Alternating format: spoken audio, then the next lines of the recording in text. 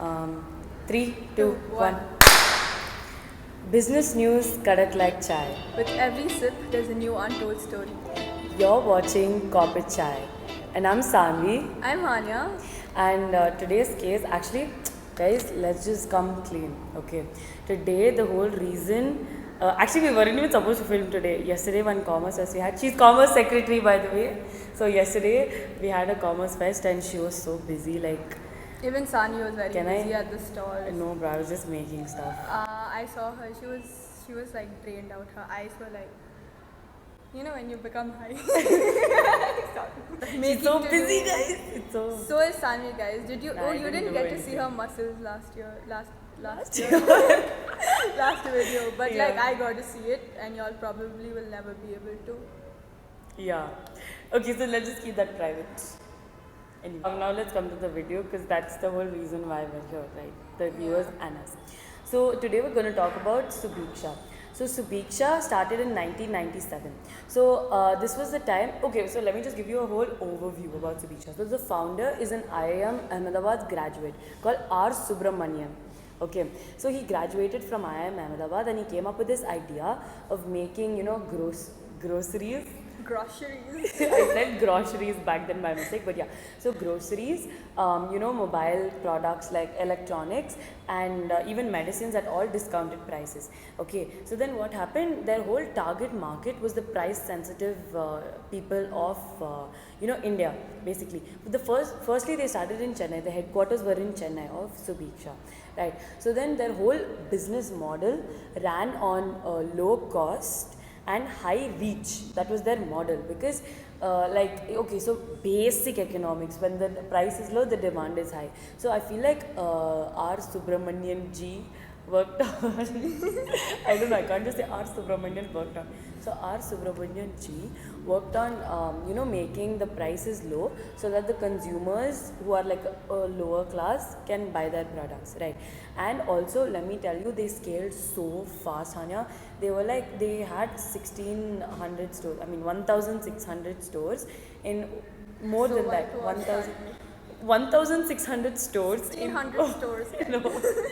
in over 115 cities, right? And it's all over in India. So every city you have, there's probably a Subiksha there. It was like that back in 1997. So, but they started, right? But in just a few months, they crashed harder than the Pune guys, for sure.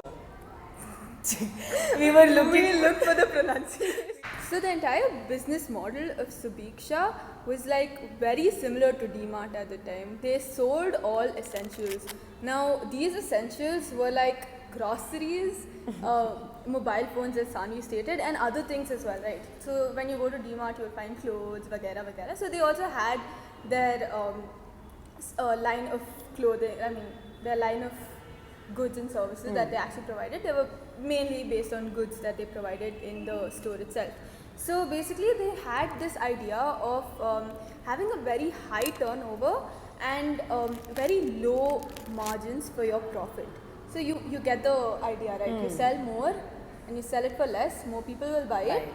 So you'll get more turnover, but at the same time, for people to buy it at a subsidized rate, your profit margins are reduced by a big percentage. So other than that, they had this target market, which by the pricing policy itself, you can tell it would be like middle class or lower income people. People who would stand in those long lines to get their Yeah. stuff. But in this case, there were no long lines because they actually messed up, guys. It's big time. Her dipping. Yeah, bro, it's so nice. I love Hanya's mom, guys. Because I didn't make the chai this week. Hanya's Sanvi didn't even wake up on time. Hey. Yeah, I woke up at 9 o'clock. And then she sees my message, she's like, I woke up for Fajr, I want to come.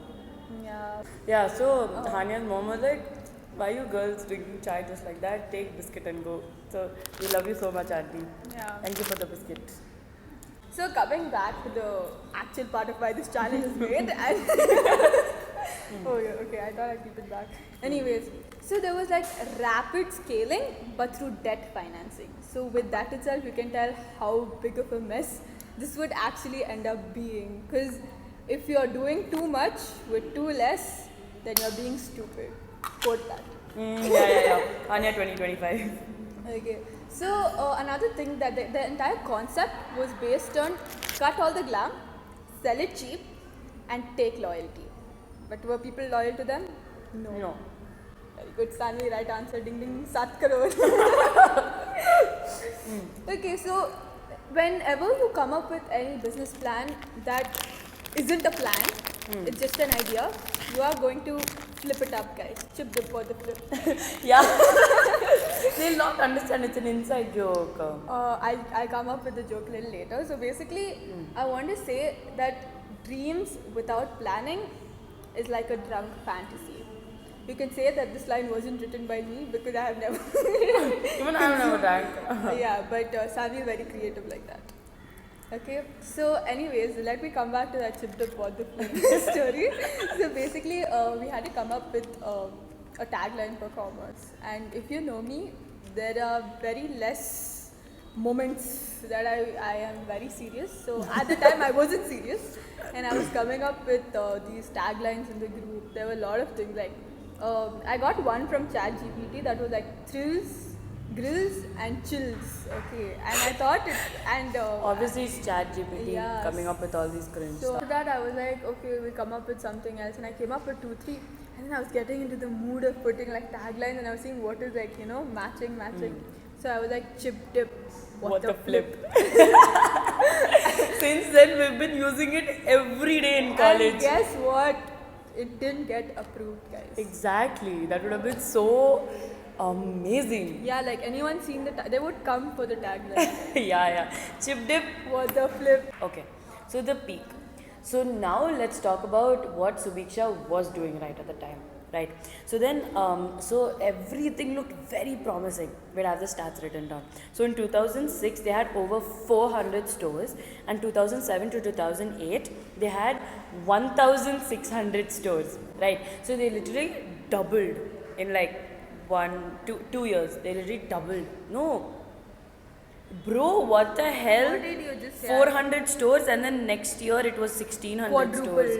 Quadrupled in like a year and a half. And like, see, when you say it like that, it seems like they're so successful, and it feels like they're doing something right. But no, they weren't. They were just like what Hania said that time. They were debt financing, and that's not the correct way to go about. First off, okay, you're not supposed to like, you're not supposed to do that, right? Because you already don't have the funds, and then you're just scaling your business more and more and more, and you're like just doing that. That's not right. It was basically, even if you have like a 2,300 crore turnover, the profit out of the turnover will be very less because they aimed at having the penetrating prices of like a very minimum profit. The fall. Why do I always do this? Anyway, so basically what happened was, now anytime you want a master class for like how to screw up a good empire, call Subiksha. Subiksha is like a girl name, though. That's so sad. I know, right? Yeah. So their entire idea was an expansion, but like aggressive expansion. Okay. So they had like multiple stores, and all of them were on an idea that making more stores will give you more profit, but that was not the case. That is never the case, especially in this case. Okay. So they had aggressive expansion and aggressive scaling up of all of their stores. So they had a lot of chain stores and etc. But the issue was all of this was based on taking debts and then going about it. So let's just say I take a crore from Sanvi and I make 2 shops in a very okayish locality. Okay, and then I'm on the idea that from these stores I'll get my return on my investment. But the ROI on this is absolutely null. In fact, we are actually having a lot of losses. The entire point of this is, again I'm saying it was an idea, there was no planning at all. So when you keep on building stores and y'all don't have any basis for it, y'all will go in loss, right? Anyway, so that's one point that I exaggerated too much because I found it very stupid. Okay. And they, apart from lacking the planning itself, they lacked back-end support. Like, they did not have any consumer loyalty. So let's say in 1997, the prices of things were pretty less as compared to now also, if you think about it. But at the time, it was a whole different economy. So, you can tell what exactly the prices were at the time.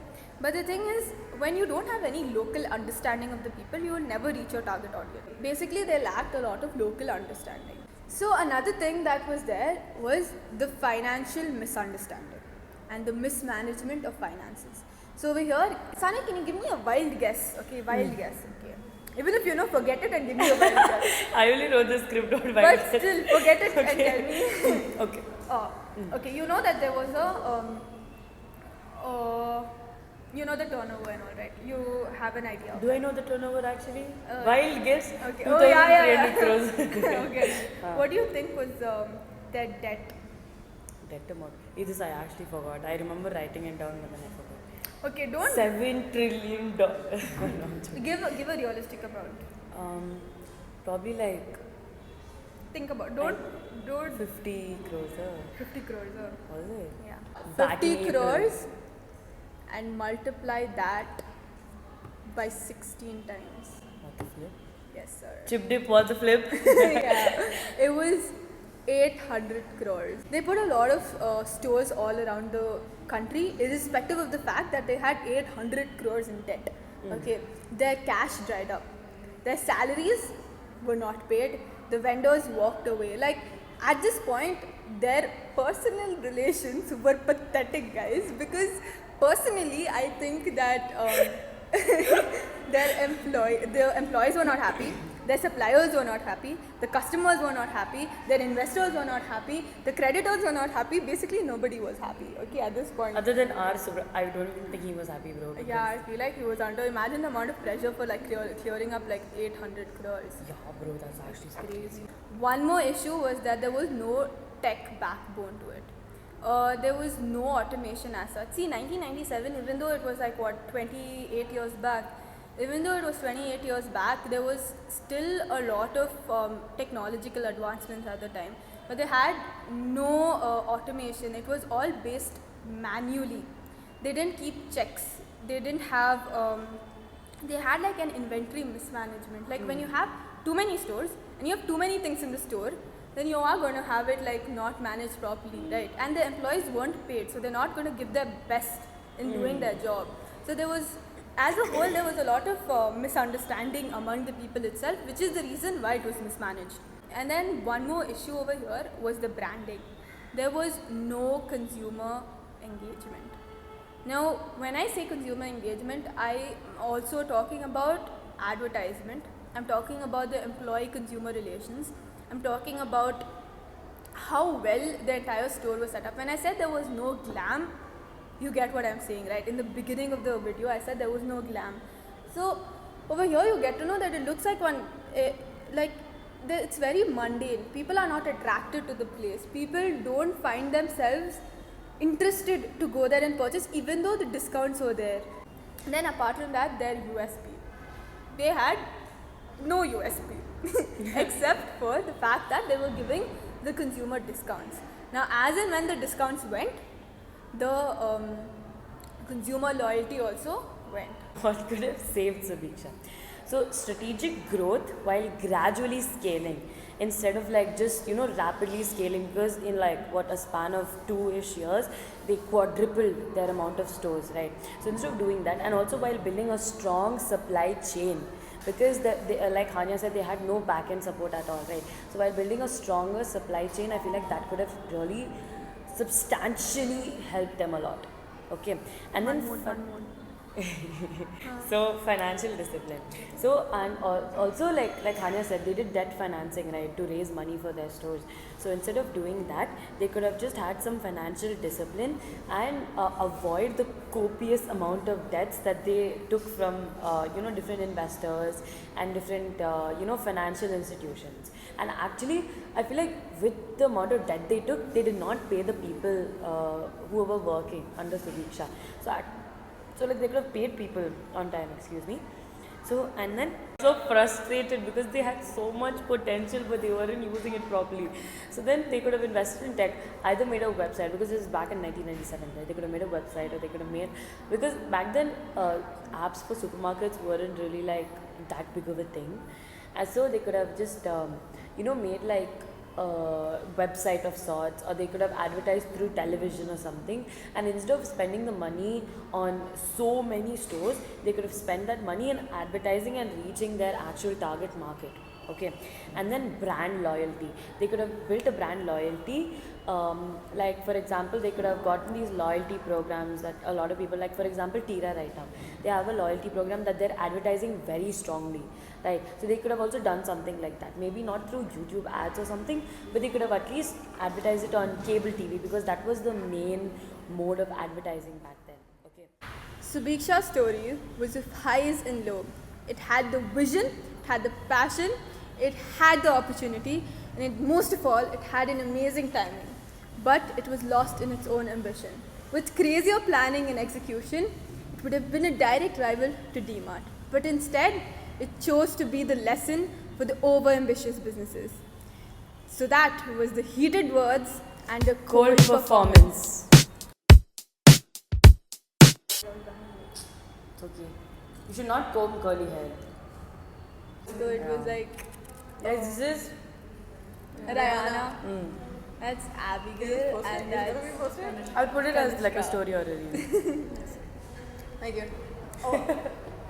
I have a point in mind, okay, but I'll have another point in mind, and then they will like clash. They're like